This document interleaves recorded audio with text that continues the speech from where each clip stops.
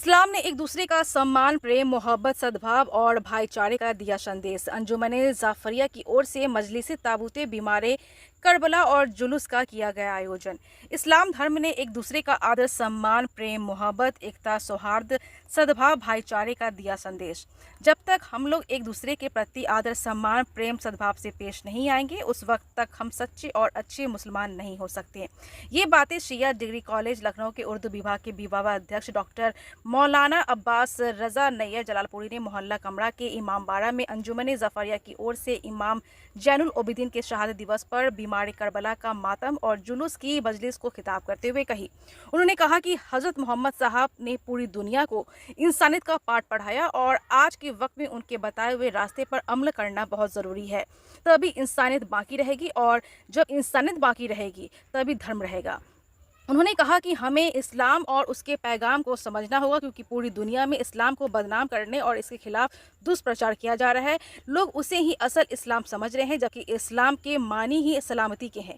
और इस्लाम में जो सलाम का तरीका है उसका मतलब भी है कि हम एक दूसरे के सलामती की दुआ करते हैं।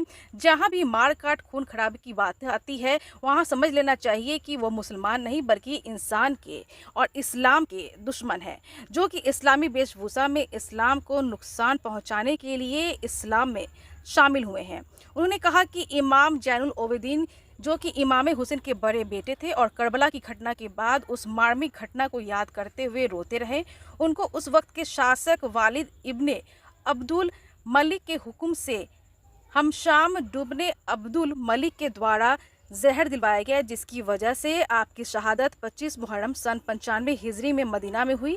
उसी घटना की याद में यह प्रोग्राम आयोजित किया गया।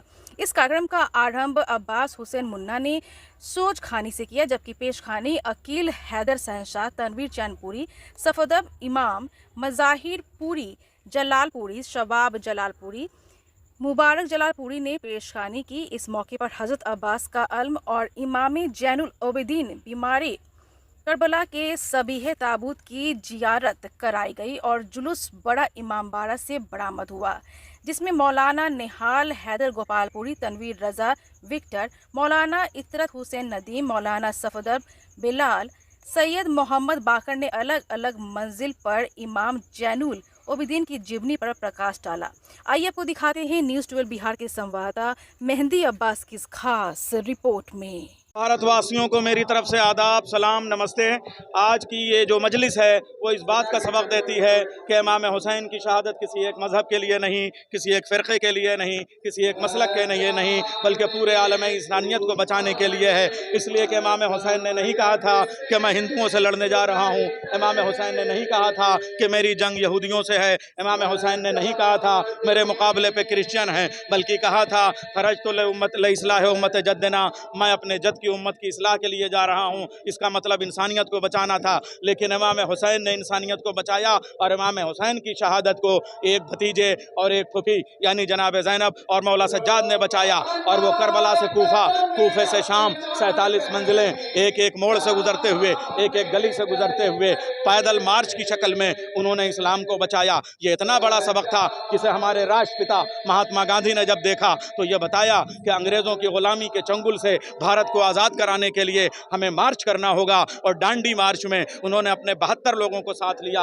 और 72 साथियों के साथ नमक सत्याग्रह छेड़ा और ये कहा अगर करबला जैसे 72 हमें मिल जाएं तो हम अंग्रेज़ों से भारत को आज़ाद करा देंगे। इसका मतलब पैदल मार्च कर चलना और जेल भरना ये वो काम है जिससे मुल्कों को आज़ाद किया जा सकता है। इमाम हुसैन के बाद ज़ैनब और सज्जाद ने अपने पैदल मार्च के ज़रिए से भारत को भी ये सबक दिया था कि ग़ुलामी से अगर आज़ादी चाहिए तो तुम्हें गांधी जी के साथ पैदल मार्च करना होगा। और आज के मौके से आज से सिलसिला शुरू हो गया है।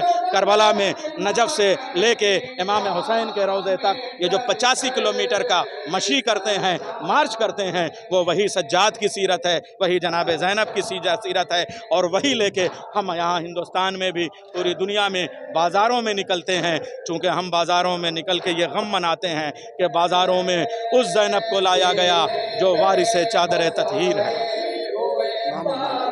प्रोफेसर अब्बास रज़ा नैयर, लखनऊ यूनिवर्सिटी।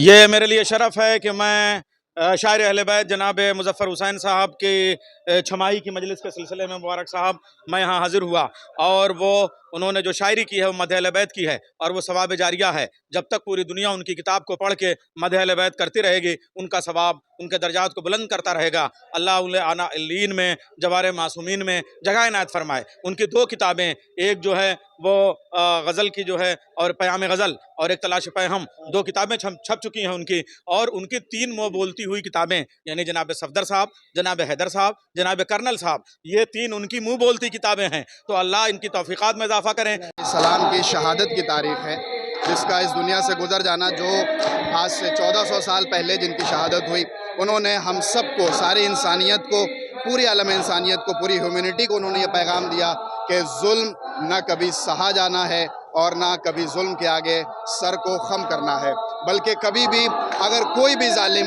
चाहे वो किसी भी एतबार से हो, किसी भी फ़िरक़े का हो, पहले तो ये है कि जालिम का कोई मज़हब नहीं होता, कोई कास्ट नहीं होता, लेकिन अगर कोई भी जालिम कहीं भी उठता है तो कभी भी उसकी हिमायत नहीं करनी चाहिए, बल्कि जुल्म के ख़िलाफ़ और हमेशा आवाज़ उठानी चाहिए, इसलिए कि जुल्म सहना भी एक जुल्म है। इसलिए कहीं भी अगर जुल्म हो तो जुल्म के ख़िलाफ़ आवाज़ उठाएं, और जुल्म के ख़िलाफ़ आवाज़ उठा के आज का जो हमारी इमाम अलैहिस्सलाम की जिनकी शहादत है, उन्होंने भी यही पैगाम दिया कि हम हमेशा ज़ालिमीन के ख़िलाफ़ हैं और मज़लूमीन के साथ हैं, चाहे वो पूरी दुनिया के कहीं के भी मज़लूम हो, हमेशा उनके साथ हैं। और करबला का भी ये इनकलाब, ये पीसफुल इनकलाब यही बताता है।